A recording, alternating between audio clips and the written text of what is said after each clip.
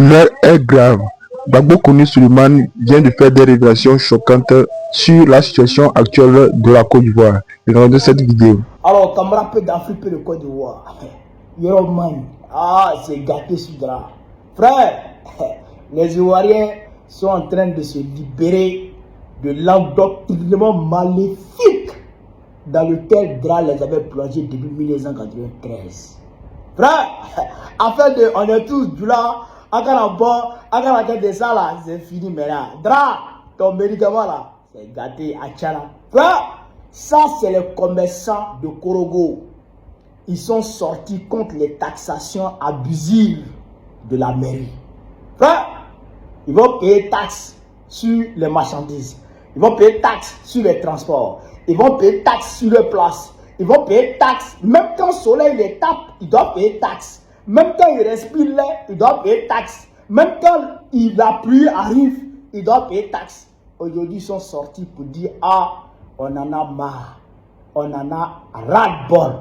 Je vais vous laisser suivre un peu la vidéo. Ça prend 30 secondes. Et puis, vous voyez des décortique. On est parti.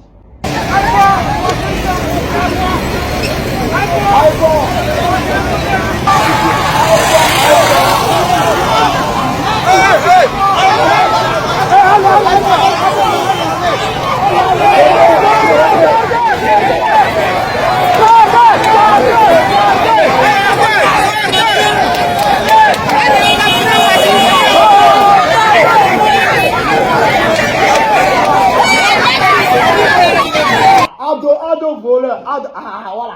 J'ai entendu Ado voleur. Là-bas, même on dit devant là-bas, là, ils ont crié Ado voleur, l'aspect voleur. Frère, là, les Ivoiriens sont en train de quitter l'état zombie à l'état humain. Parce que là, ils étaient zombifiés à cause de l'endoctrinement qu'ils ont subi depuis 1993 par Alassane Dramane Ouattara. Alors, comme je suis Djoula, on ne veut pas qu'il soit candidat. Comme je suis musulman, on ne veut pas qu'il soit candidat. Comme je suis du Nord, nous aussi, on dit, les Nordistes aussi, on fait comment? Ça, c'est fini maintenant. Comme ça, le Korogo, Alassane Ouattara, là, il ne se considère même pas comme un Ivoirien. Lui ne se considère pas Ivoirien.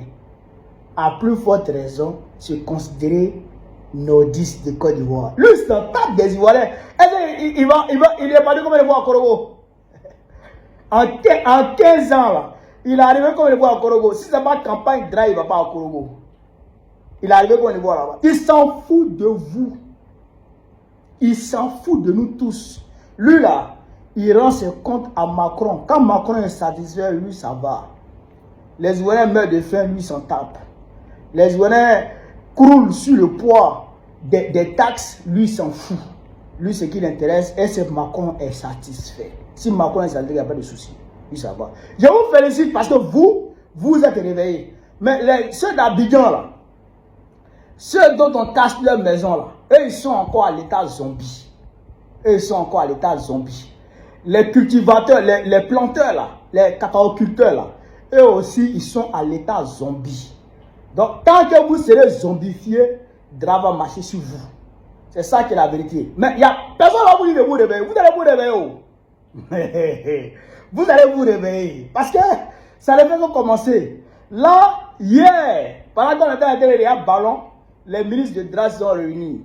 Ils disent qu'ils vont commencer les déguerpissements à Abidjan. Vous allez vous lever. Ils disent ça, vous allez vous lever. Frère, vraiment, félicitations aux commerçants de Korogo. C'est très bien. Quand tu es victime d'injustice, tu te lèves, tu manifestes. Ça n'a rien à voir avec je n'aime pas Ado, j'aime Ado. Non. Tu te fais entendre. Parce que tu es un être humain. Tu as des droits en tant qu'être humain. Si tes droits sont bafoués, tu as le droit de te lever. C'est clair. Vous avez fait usage de votre droit, d'accord, à dénoncer ce qui ne va pas. De votre droit à manifester. C'est votre droit. C'est constitutionnel, c'est votre droit ça. Donc, je vous félicite. Voilà. Si je vive l'Afrique libre, vive le panafricanisme, vive le peuple africain, vive l'AES. Gbagbo présente très prochainement pour que les Ivoiriens se sentent à l'aise dans leur pays. Alors, camarades d'Afrique et de Côte d'Ivoire, Dans la nuit du 28 au 29 juin dernier, il y a eu 54 morts à Abidjan dû au glissement de terrain. Ah, mais qu'est-ce qui favorise ces glissements de terrain dans notre pays? C'est vrai qu'il y a plus de dégâts partout, hein? Mais ce qu'ils sont en train de faire à Abidjan, là, si on ne se lève pas, frère, un matin, on va se réveiller, tout Abidjan là, va se retrouver dans la lagune ou bien dans la mer. Ah, regardez ce que les gens sont en train de faire dans ce pays. On va suivre la vidéo Pierre décortiquer. Roman, le pays va mal. Ces pinasses en plein chargement assurent la liaison Koumassi-Adjaoui, un village situé sur la petite île de Port-Boué. Dans quelques mois, cette activité pourrait prendre fin. Plus qu'une centaine de mètres les séparent aujourd'hui les deux rives. Cette situation inquiète véritablement les populations et les transporteurs. Un remblai de la lagune a été fait par des entreprises en vue de mener des activités de vente de véhicules, mais aussi pour la construction d'habitats et d'entreprises. Dragage vente du sable pour les travaux de construction. Et l'autre chose, c'est le remblai pour un lotissement. Là où nous sommes, c'est un lotissement qui vient d'être réalisé sur l'emprise de la lagune. Un lotissement qui doit faire plus d'une trentaine d'hectares. Mais vous avez vu qu'il y a une pression foncière sur Abidjan, de sorte que pour certaines personnes, tous les espaces sont à utiliser, à exploiter. Koumassi Soweto n'est pas la seule zone en plein remblai. Un tour derrière le camp commando. Ici, ce vaste espace ensablé était autrefois une étendue d'eau. Mais depuis la suspension des opérations de dragage de la lagune, cet opérateur économique installé en ces lieux et qui soutient disposer d'une autorisation fait du remblai. Plusieurs hectares déjà obtenus grâce à cette opération. Ça va renforcer naturellement les inondations, ça va avoir beaucoup d'effets néfastes aussi bien sur la qualité de vie que de l'environnement. Pour mieux comprendre ces opérations en cours sur la lagune, nous nous sommes rendus à la Direction générale du foncier et de l'urbanisme. Et la réponse du premier responsable de cette direction est claire. C'est bel et bien une activité illégale. En tout cas, à notre niveau, aucune autorisation n'est donnée. D'ailleurs, si nous recevons des actes, c'est-à-dire que des documents pour que ces personnes demandent des actes, nous les refusons. Puisqu'en fait, pour nous, le bord lagunaire, à une certaine distance, ne doit pas être occupé. D'ailleurs, on ne peut pas donner de permis. Parce que pour donner un permis de construire, il faut avoir un acte de propriété. Et ces personnes ne peuvent pas avoir d'acte de propriété, donc n'ont pas de permis. Et donc, ils sont dans l'illégalité totale. Donc, on bâtit sur un espace sans permis. Ça, c'est le comble. Le directeur général du foncier de l'urbanisme interpelle donc les opérateurs, tout en précisant les conséquences de cette activité. Si jamais ils veulent avoir des actes, à notre niveau, nous ne connaissons pas ce lotissement ou ces implantations, nous n'aurons jamais des actes. Et en plus, ce que je voulais dire, la collectivité territoriale, la commune qui a son espace, qui est de la proximité, devrait déjà se poser. Il y a des problèmes d'assainissement qui vont se poser, des problèmes d'affaissement qui vont se poser. Parce que quand on fait un tel lotissement ou bien une telle implantation, il n'y a aucune règle d'urbanisme qui régit cela. Aucune règle. S'il faut aller à R+1, R+2, pour ne pas plus tard que le bâtiment s'affaisse. Et ainsi de suite, toutes ces règles-là doivent être édictées. Interpellé, la zone industrielle de Koumassi est également touchée par cette opération de remblai de la lagune. Nombreuses sont ces entreprises installées en bordure de lagune qui bouffent chaque jour une partie de la lagune pour l'extension de leurs activités. Au quartier Terminus 32, la lagune a complètement disparu, laissant place à des immondices qui seront à leur tour remplacés par des habitations dans quelques années. Là, nous sommes arrêtés au milieu de la lagune. Il y a une branche de la lagune qui passait par ici, qui s'étendait jusqu'au quartier d'Ivo derrière vous, là où se trouve l'exutoire, la source ici, de l'eau qui déversait l'eau de façon naturelle dans la lagune. Avant, c'était une pinasse. Il y avait une pinasse ici qui faisait traverser les gens à 100 francs par jour.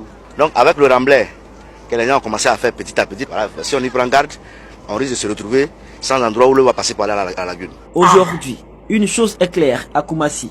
La lagune est véritablement menacée par des industriels et des particuliers, dans le souci constant de trouver de l'espace pour s'y installer confortablement. Vous avez vu, camarades peu d'Afrique, vous avez vu, c'est ça qui favorise les glissements de terrain. C'est ça qui crée les inondations monstres à Abidjan. Mais on n'a même pas besoin d'être architecte ou bien d'aller à l'école même pour comprendre que la route de l'eau là, quand tu fermes la route de l'eau et que l'eau arrive là, l'eau se déchaîne dans la ville. C'est vrai ça? L'eau là, ouais, sa route pour aller à la mer. Et tu viens fermer ça pour donner aux Libanais. Et les Libanais, ils s'installent dessus dans l'illégalité totale. Ah, vous-même, vous avez écouté le directeur du foncier et de l'urbanisme en Côte d'Ivoire. Il dit, il n'a pas délivré de permis à ces gens-là. Ils n'ont pas de permis de construction, mais ils construisent sur le domaine public lagunaire qu'ils ont déjà remblayé. Et ils s'installent. D'accord? Ils ferment le passage de l'eau. Et ils construisent leurs entreprises. Et ils construisent leurs maisons. Et puis quand l'eau vient, l'eau ne trouve plus la route. Et l'eau se déchaîne dans la ville. Et l'eau va maintenant trouver les terrains accidentés. Ça charge sur les terrains accidentés. Et puis maintenant, ça déverse dans la boue sur les gens. C'est ça là qui favorise les glissements de terrain en Côte d'Ivoire. C'est ça là qui tue les Ivoiriens. Et le gars a dit, ça va favoriser l'inondation, les glissements de terrain. C'est-à-dire que c'est en train de tuer l'écologie même en Côte d'Ivoire. Notre écosystème même est en train d'être détruit totalement. Vous comprenez ça? Et c'est sur ça, ces morts-là, que le gouvernement de Dramane Ouattara veut se baser pour continuer les déguerpissements. La semaine prochaine, ils vont recommencer les déguerpissements se basant sur cette catastrophe qu'il y a eu dans la nuit du 28 au 29.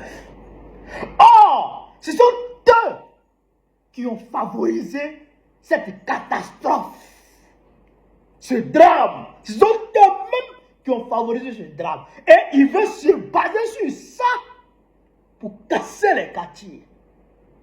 Au lieu de les assainir, ils vont les casser pour les vendre à qui? Aux mêmes Libanais. Pour réinstaller qui? Les mêmes Libanais. Je le dis aux Ivoiriens.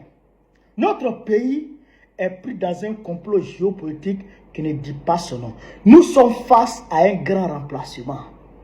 Ils veulent nous remplacer. Je le dis. Parce qu'aujourd'hui, vous voyez les Libanais qui arrivent en cascade dans notre pays. Ce n'est pas tous des opérateurs économiques, non. C'est un processus de relocalisation des Libanais du sud du Liban, les Libanais du sud du Liban, qui aujourd'hui est envahi, est occupé par Israël. D'accord? Selon l'agenda du grand Israël que Netanyahou est en train de mettre en place. Netanyahou veut prendre le sud du Liban, le sud de la Syrie. Là, il a déjà rentré en Syrie. Là. Il est rentré au Liban, il est rentré en Syrie, il va s'établir en Irak pour le projet du grand Israël.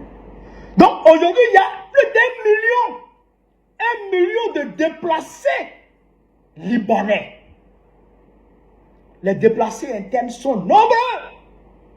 Donc pour désengorger ce déplacement massif des Libanais du sud vers le nord, il faut envoyer d'autres Libanais dans d'autres contrées du monde.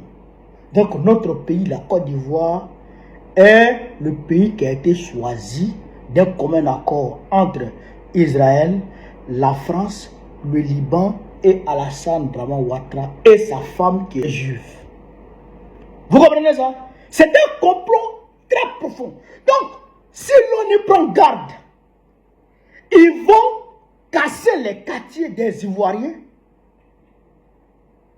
prétextant que ces quartiers-là sont des quartiers, sont des zones à risque, se basant sur la catastrophe du 28 au 29 juin, que eux-mêmes, ils ont créé avec le remblayage sauvage et maladif pour dégager les Ivoiriens et installer les Libanais.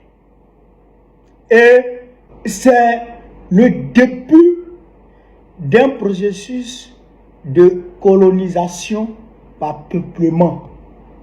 Je répète, colonisation par peuplement. Ils veulent nous coloniser avec les Libanais, les Syriens et consorts. Vous avez vu qu'il y a les Syriens qui sont rentrés en Côte d'Ivoire en 2024.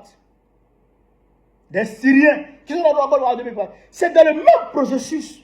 Parce qu'il faut dégager ces personnes-là de la Syrie pour que l'Israël puisse s'étendre là-bas et les dégager du sud du Liban pour que Israël puisse s'étendre là-bas.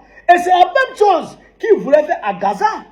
Vous avez vu, quand le 7 octobre, après le 7 octobre 2023, quand Israël a rentré son nez à Gaza, ils ont poussé tous les Gazaouis vers l'Égypte.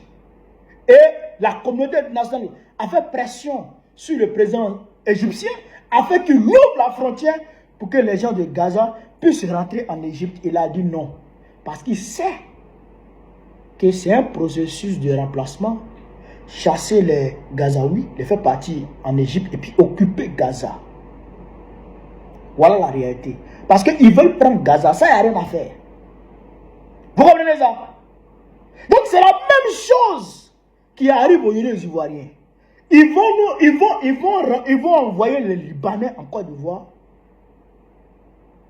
pour vider le sud du Liban. Mais c'est progressif. Hein? Après le sud, ils vont descendre vers le centre et ils vont chasser ces gens-là. Après le centre, ils vont partir au nord, ils vont chasser ces gens-là. Parce qu'ils se disent que eux, c'est la terre promise, ils doivent s'y installer. Donc, il faut qu'on se lève dès maintenant contre les déguerpissements sauvages pour empêcher ça. Empêcher aussi le remblayage sauvage qui détruit totalement notre écosystème. Il faut se lever contre ça, qui détruit nos vies, qui crée les éboulements à n'en plus finir.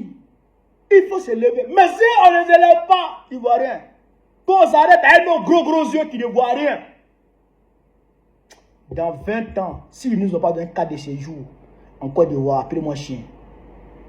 Dans 20 ans, s'ils ne nous ont pas chassés d'Abidjan, changez mon nom. Et vos enfants là, vous allez leur dire où est leur pays. Asseyons-nous et puis regardons. Ne nous levons pas, hein? Regardons. Frère, voilà ce que je voulais vous dire. Sur ce, vive l'Afrique libre, vive le panafricanisme, vive le plan panafricain, vive l'AES. Je remercie le président Gbagbo qui a envoyé une délégation hier pour aller visiter, pour aller exprimer sa compassion envers ces populations sinistrées qui ont été frappées, n'est-ce pas, de ce malheur-là. Donc, je remercie le président Gbagbo. Vive l'Afrique libre, vive le panafricanisme, vive l'AES. Gbagbo, président Gbagbo, très prochainement, Inch'Allah. On est ensemble. Merci.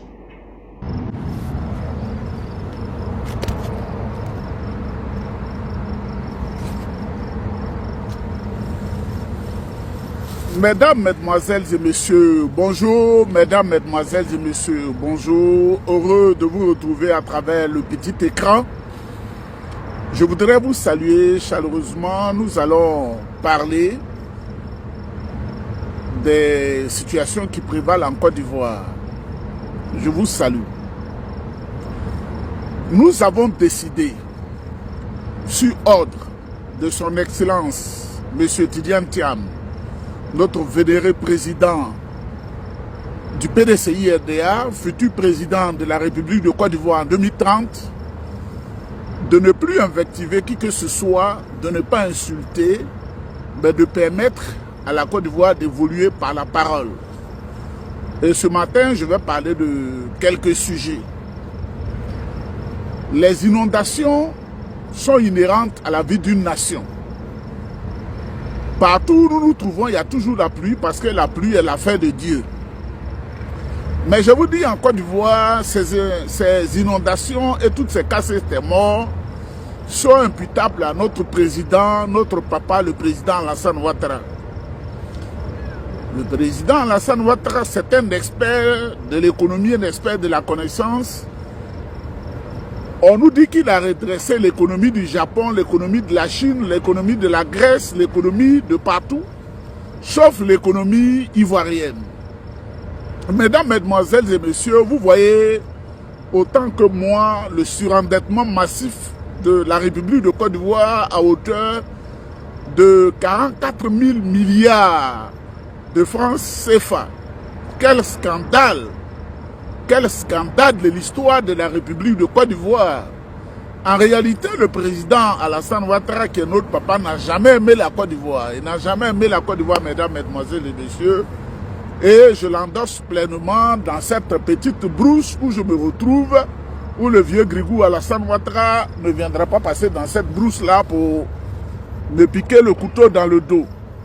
Mesdames, mesdemoiselles et messieurs, il pleut. Et il pleut partout. Il pleut au Libéria, il pleut en Gambie, il pleut en Côte d'Ivoire, il pleut au Burkina, il pleut au Niger, il pleut au Mali, il pleut au Togo, il pleut au Bénin. Mais la différence, ce sont les infrastructures. La pluie, oui, la pluie va venir, mais la pluie, qu'est-ce qu'on met en place pour endiguer les morts et tout le reste? Mesdames, mesdemoiselles et messieurs, je prends un exemple simple.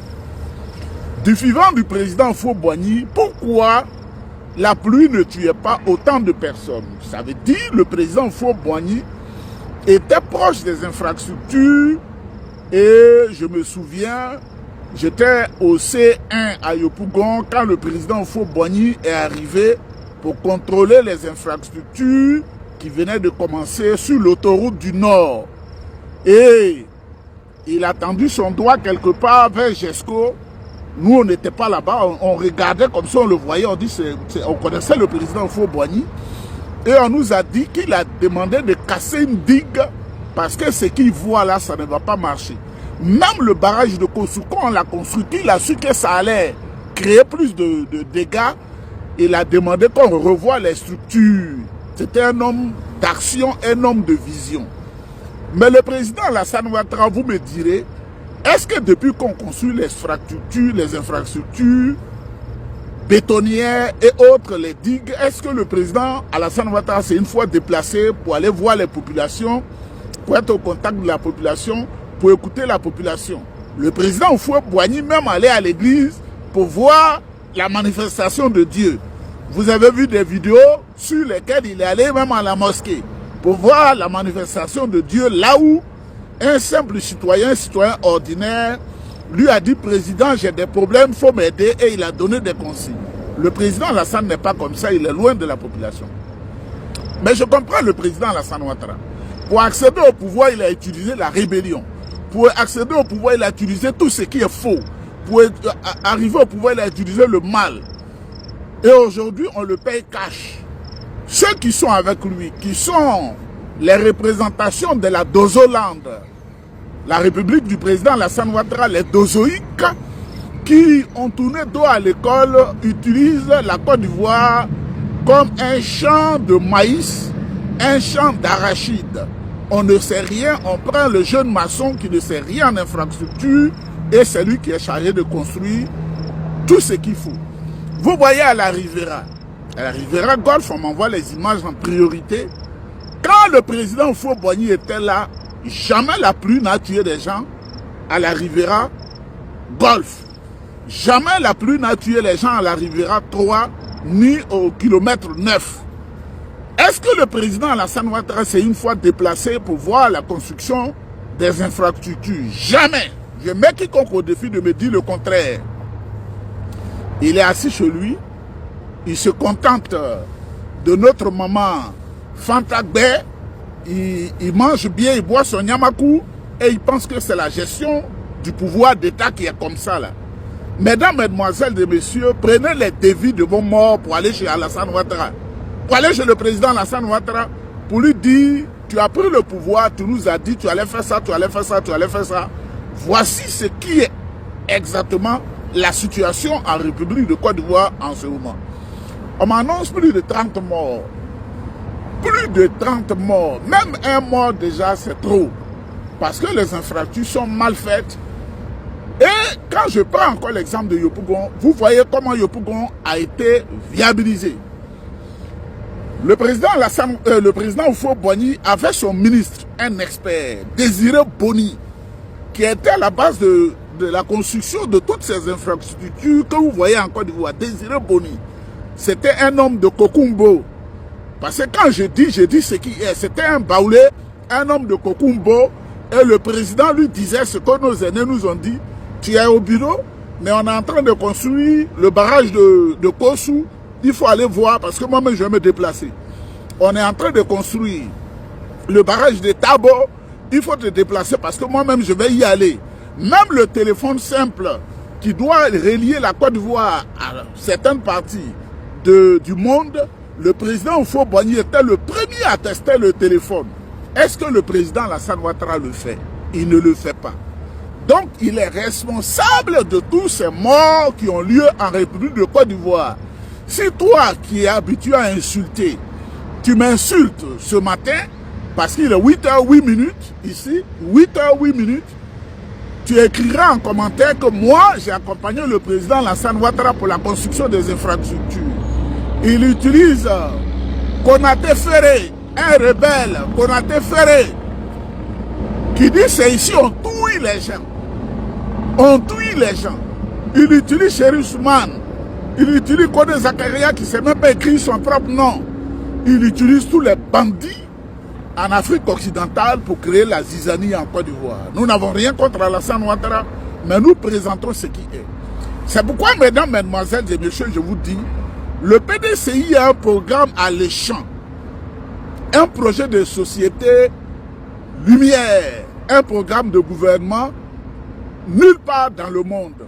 Vous voyez l'éducation nationale. L'éducation nationale, c'est le phare avec lequel on construit le pays, on apprend des connaissances et on apprend la théorie, ensuite on fait la pratique pour permettre au pays d'avancer. Aujourd'hui, quel est le niveau scolaire? Quel est le niveau universitaire? Quand on voit les classements des universités, même en Afrique, la Côte d'Ivoire est 96e. Vous voyez? Je comprends pourquoi des ministres bizarres dans son gouvernement disent que l'IDH, indice de développement humain, ça ne les intéresse pas, qui est le baromètre par lequel on mesure le développement, le bien-être de la population. Eux, ils n'aiment pas ça. Je suis tombé des nues quand j'ai entendu cela. Je comprends quand on me dit que ce ministre-là, qui s'appelle Amédée Kouakou, est associé au vol des affaires de Portéo et ils oublient de construire des infrastructures pour sauver les populations. L'école, là, celui qui est en classe de CM2 aujourd'hui, il a le niveau de celui qui est au CP1. Celui qui est en classe de 3e, il a le niveau de CM1. Celui qui fait le bac, c'est même pas écrit son nom, il a le niveau de la classe de 5e. Vous voyez quelqu'un qui fait la licence d'université en Côte d'Ivoire, il a le niveau de celui qui est en classe de seconde. Comment allons-nous construire un tel pays?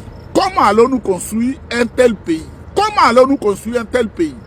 Et quand on en parle, ça choque tellement les gens. Menteur, menteur, menteur. Je ne suis pas un menteur parce que Dieu m'a donné une grande bénédiction telle que je la réclame. C'est Dieu qui a fait le miracle, c'est pas moi. Et où je suis là, voici mon calepin, je suis encore en train d'aller encore à l'école. J'attends l'ouverture des classes à 9h, il est 8h11. Ça veut dire que j'apprends toujours et je vais toujours apprendre et je vais connaître et je vais dominer. Président Alassane Ouattara, tout a échoué. Hein? Voici, tout a échoué. L'eau tue les gens. Il n'y a pas de caniveau. Il y a des gens qui sont dans ton gouvernement qui construisent des murs pour barrer le chemin de la pluie, le chemin de l'eau. Et les gens sont inondés. Les gens meurent. Les gens meurent. Les gens sont en danger. Quand vous allez à l'hôpital, ici, là, quand vous allez en urgence, jamais on ne vous donnera une ordonnance. Quand on dit urgent, là, ça veut dire qu'il faut presser, il faut parer au plus pressant. Mais en République de Côte d'Ivoire, toi qui vas aux urgences, tu sais qu'on te dit, on te donne une ordonnance. Ici, on ne donne pas d'ordonnance. Ici, là, on ne donne pas d'ordonnance. J'en profite au maximum parce que même quand j'ai une toux la nuit, je vais, on s'occupe de moi. Même quand je marche, que j'ai mal au dos, parce que quand tu dépasses 55 ans, tu n'es plus un jeune, je vais, on me requinque. la fois dernière, pour vous faire comprendre, j'avais senti après la marche un petit problème dans mes parties intimes. Je suis allé le médecin, il m'a mis le doigt là, il a dit mais tu n'as rien, c'est juste une fatigue. Je n'ai pas payé. L'effort que j'ai fait, c'est que je me suis déplacé. Ça n'existe pas en Côte d'Ivoire. Ça n'existe pas en Côte d'Ivoire. Qu'est-ce qui se passe, président Alassane Ouattara? Qu'est-ce qui se passe? On n'est pas contre toi, mais le pays se meurt. Pas petit à petit, mais le pays se meurt grandement. Le pays se meurt grandement. Ta politique a divisé les Ivoiriens. Aujourd'hui, on parle d'ethnie. Aujourd'hui, en Côte d'Ivoire, on parle d'ethnie. Rien ne fonctionne. On n'est pas contre toi. Mais nous sommes obligés de te dire pourquoi tu contrôles tes collaborateurs qui sont dans la corruption, qui sont dans la prévarication, qui sont dans la malhonnêteté extrême en République de Côte d'Ivoire. Mesdames, mesdemoiselles et messieurs, vous voyez, l'enseignement supérieur, ça n'existe plus. L'enseignement supérieur n'existe plus. Ça n'existe que de nom. Et regardez le président Houphouët-Boigny. Ah, ce grand homme, on ne l'oubliera jamais. Et le président Tidjane Thiam est à l'image du président Houphouët-Boigny. Le président Houphouët-Boigny se déplaçait même pour aller dans les lycées et les collèges. Il surprenait les gens pour savoir comment les gens travaillent. Et les meilleurs, il les organisait avec son ministre, le ministre Bala Keïta, pour donner des prix et pour encourager les enfants, pour les élèves. Moi, je n'ai jamais été meilleur en mathématiques, mais je connais des gens que je ne vais pas citer ici pour ne pas les gêner. Ils ont eu des prix, ils sont allés à Yamoussoukro, ils ont rencontré le président Houphouët-Boigny qui les a accompagnés. Les bourses d'études accompagnaient les élèves pour aller en Belgique, pour aller en France, pour aller au Canada, pour aller aux États-Unis. Et le président Houphouët-Boigny, chaque 2 ans, il profitait pour aller aux États-Unis pour voir les étudiants, pour voir leur avancement.